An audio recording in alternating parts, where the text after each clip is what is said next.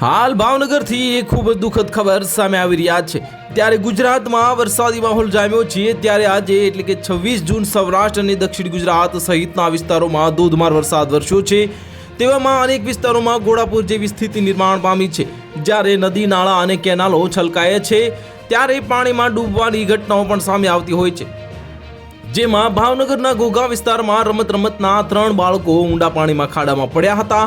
જેમાં 2 બાળકોના કરુણ મોત નિપજ્યા હોવાની ઘટના સામે આવી છે। જ્યારે એક બાળકની હાલત ગંભીર હોવાથી સારવાર અર્થે હોસ્પિટલ ખાતે ખસેડવામાં આવ્યો છે।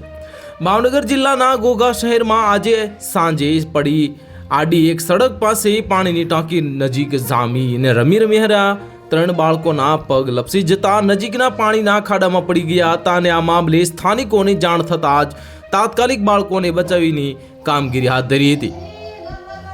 આ દુર્ઘટનામાં 2 બાળકોના મોત નિપજ્યા છે। જ્યારે એક બાળકનું રેસ્ક્યુ કરીને સારવાર અર્થે હોસ્પિટલમાં મોકલવામાં આવ્યો હતો અને સમગ્ર ઘટના મામલે સ્થાનિકોએ પોલીસને જાણ કરતા પોલીસ ઘટના સ્થળે દોડી પહોંચી હતી અને પોલીસને મૃતક બાળકોના મૃતદેહને પીએમ માટે હોસ્પિટલ મોકલીને આગળની કાર્યવાહી હાથ ધરી છે। તો હાલ માટે આટલું જ। મળીશું નવી અપડેટ સાથે। જો તમને અમારા વિડીયો પસંદ આવતા હોય તો વિડીયોને લાઇક કરી દેજો, ચેનલને સબસ્ક્રાઇબ કરી બાજુમાં આવેલા બેલ આઇકનને દબાવી દો, જેથી તમને આવા સમાચારની અપડેટ મળતી રહે।